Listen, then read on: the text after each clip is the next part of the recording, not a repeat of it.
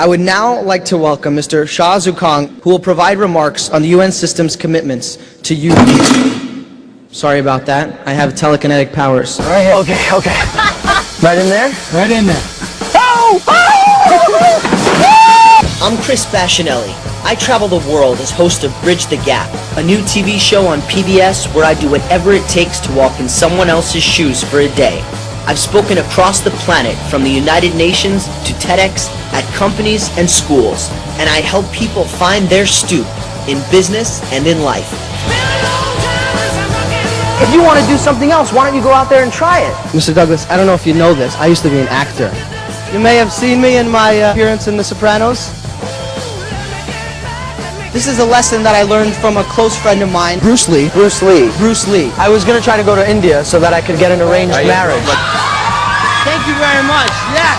All right. Really inspiring. Chris is truly an inspiration. Chris is actually my hero. This guy is the most inspiring young man you would ever work with. We love Chris! 1, 2, 3!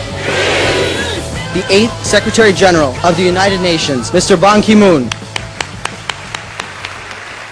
Now, TED is about ideas worth spreading, but what we're going to do is not only spread those ideas, but we need to absorb those ideas ourselves and take them into our lives and apply them to the real world. Can you dig it? Make sense? We're not just creating awareness, we're creating action that's going to ripple out into the world. I grew up in this little place, maybe you heard of it, Brooklyn. And in Brooklyn, everyone lives on a street, which we call the block. And on our block, there's a place where we sit. That's called the stoop. Now this stoop, it's a very special place. You see, my friends growing up were Russian, Irish, Italian, Puerto Rican, Korean, Jewish, Muslim, Palestinian, Lebanese, Greek, and we all grew up on the same block. And we all hung out on the same stoop. And this stoop, it was our meeting ground, it was our connection point. It was a place where we could come together, have an open dialogue, say what we wanted, and we knew there wouldn't be any consequences down the line from our teachers, or our parents, or our girlfriends, because we never had any. But still, in everyone's neighborhood, there's a place, there's a gathering place where you can go and have an open conversation and not be judged, be equals with the people next to you. In some places, maybe it's a laundromat. In some communities, maybe it's a bar. For my 10-year-old nephew in upstate New York, it's a tree. But I bring up the stoop because I think it's crucial for us to develop relationships with people in our lives. Friends, family, clients. My question for everyone today is, what's your stoop? What does it look like? What feelings does it bring to mind? Well, not really. It's 5:43. That's because we're in Haiti! Now I want you to imagine that you're growing up and your whole life, everybody's told you what you're supposed to be. Maybe you don't have to imagine. Maybe that is your life. But I want you to imagine that your whole life, people told you you were supposed to be an actor. Want a piece of me? Huh? Bring it on. And before long, you book a role on one of the largest television shows on the planet, The Sopranos. And you realize that even though you did a great job and it was the biggest day of your career, you're totally unfulfilled.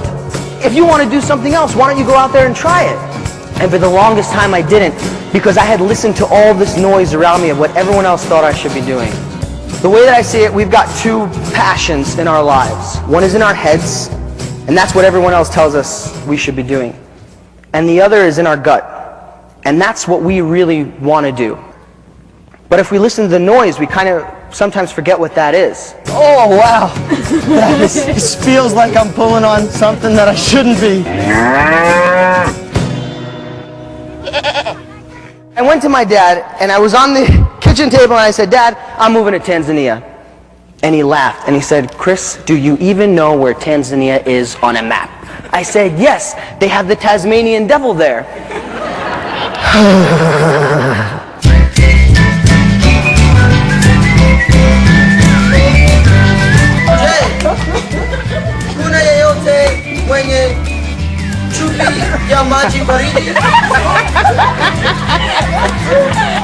Everyone was laughing at me and laughing hysterically. I turned to my friend, I said, what's going on? He said, Chris, They're laughing at you because you're asking them for cold, wet underwear. You need to say chupa. That means bottle. You're saying chupi. It means underwear. They think you want cold, wet underwear.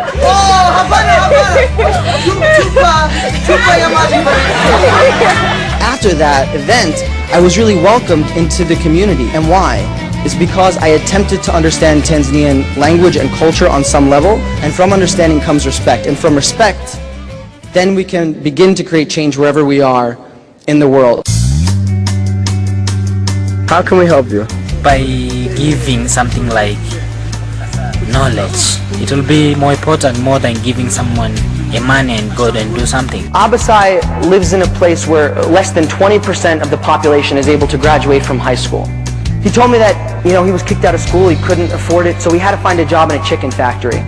He was working 12 hours a day, he made $10 a month. But he said, I saved enough money, I'm going to film school, I got into this film program. I said, that's great.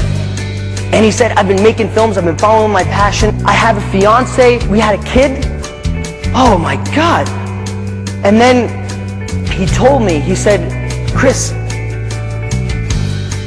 on the day that my sister was supposed to be married, my fiance was killed in a motorcycle accident.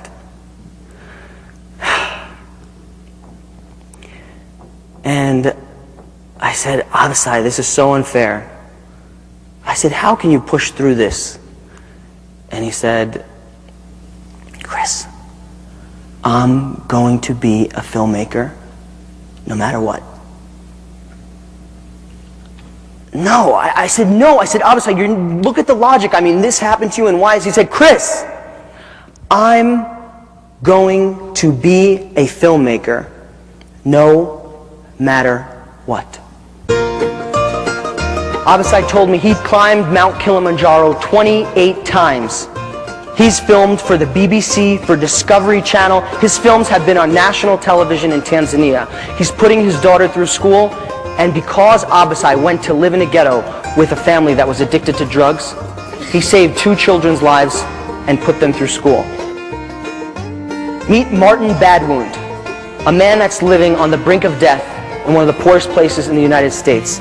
80% unemployment, the Pine Ridge Indian Reservation. I need heart surgery.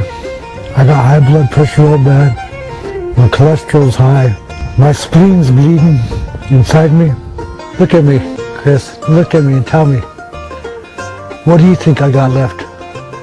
You think I got 5 years? You think I got 20 years? I don't even bet I got a year. But Martin wakes up every day and he says, how can I help other people? And he fights that 80% unemployment by giving young people on the reservation day labor work.